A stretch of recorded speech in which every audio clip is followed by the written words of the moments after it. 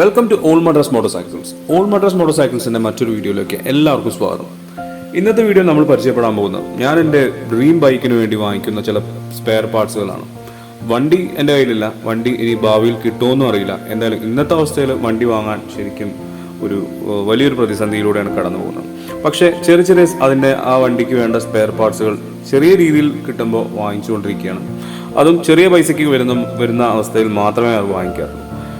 അപ്പോൾ അങ്ങനെ വാങ്ങിച്ച ആദ്യത്തെ പാർട്ടാണിത്.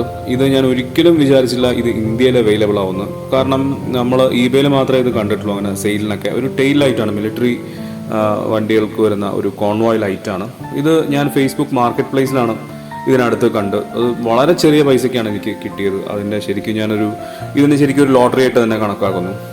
വളരെ നന്നായി പാക്ക് ചെയ്തിട്ടാണ് സെല്ലർ എനിക്ക് ഇത് അയച്ചിരിക്കുന്നത്. അത് ഞാൻ ആദ്യമായിട്ട് ഡീൽ ചെയ്യുന്നൊരു സെല്ലറാണ്, UP-യിലുള്ള ഒരാളാണ്. അതും എനിക്ക് കറക്റ്റ് സമയത്ത് അവിടെ നിന്ന് അയച്ചു, പെട്ടെന്ന് തന്നെ കിട്ടി. അതും സേഫായി തന്നെ പാക്ക് ചെയ്തിട്ടാണ് അത് എത്തിയിരിക്കുന്നത്.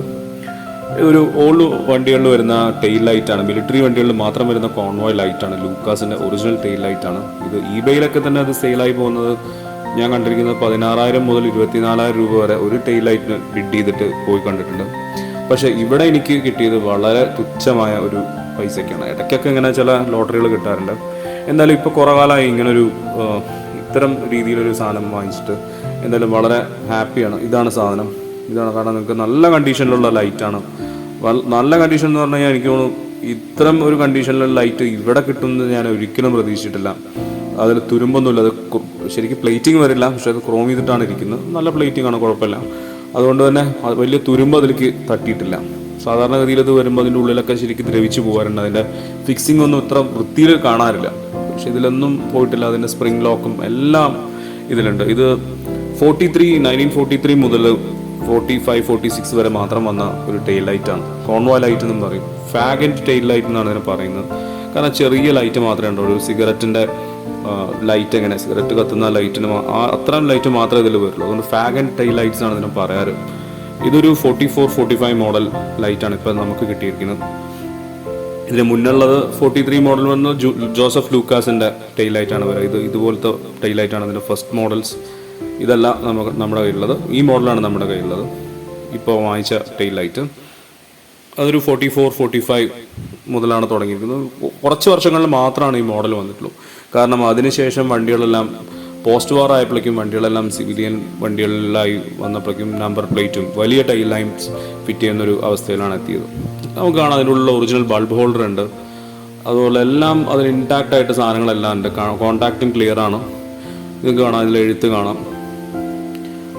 ചില ടെയിൽ ലൈറ്റിലെ ബാക്കിൽ ഇയർ കണ്ടിട്ടുണ്ട് ഇമ്പോസ് ചെയ്തിരിക്കുന്നത്. പിന്നെ നമുക്കൊന്ന് അഴിച്ചു നോക്കാം. അതിൻ്റെ ക്ലിപ്പിംഗ് ടൈപ്പാണ് വരിക. ആ ക്ലിപ്പെല്ലാം വർക്കിംഗ് ആണ്.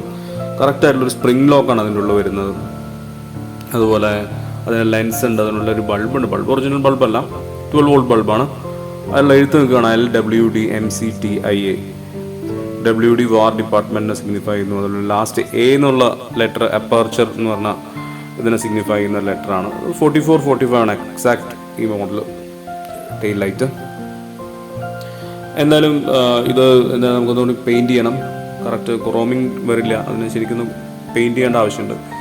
കുറച്ച് ഷേപ്പ് അതിൻ്റെ ബ്രാക്കറ്റിൻ്റെ വ്യത്യാസം വന്നിട്ടുണ്ട്. അപ്പോൾ അതൊന്ന് ചെറുതായിട്ടൊന്ന് ഷേപ്പ് മാറ്റി നമുക്ക് ക്ലിയർ ചെയ്യേണ്ടതാണ്.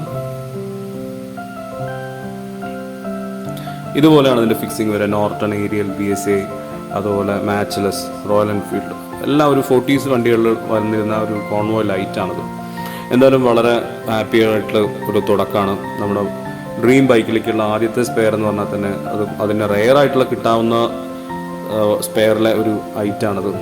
കാരണം നമ്മളൊരു വണ്ടി റീസ്റ്റോർ ചെയ്ത് കഴിഞ്ഞാൽ ഏറ്റവും അവസാനം വാങ്ങുന്ന ഒരു സാധനമാണ് ടെയിൽ ലൈറ്റ്. അതന്നെ നമുക്ക് ഇന്നറിയാം, ലൂക്കാസിനൊരു 564 ടെയിൽ ലൈറ്റിന് പോലും 5,000 രൂപ 6,000 രൂപ കൊടുക്കണം. അപ്പോൾ ഇത്തരം ടെയിൽ ലൈറ്റ്സ് എന്ന് പറഞ്ഞാൽ ശരിക്കും അത് വംശനാശം സംഭവിച്ചുകൊണ്ടിരിക്കുന്ന ഒരു സംഭവമാണ്. എന്തായാലും വണ്ടിയൊന്നും കയ്യിലില്ലെങ്കിലും അതിൻ്റെ ഒരു റെയർ ആയിട്ടുള്ളൊരു ഐറ്റം കിട്ടി.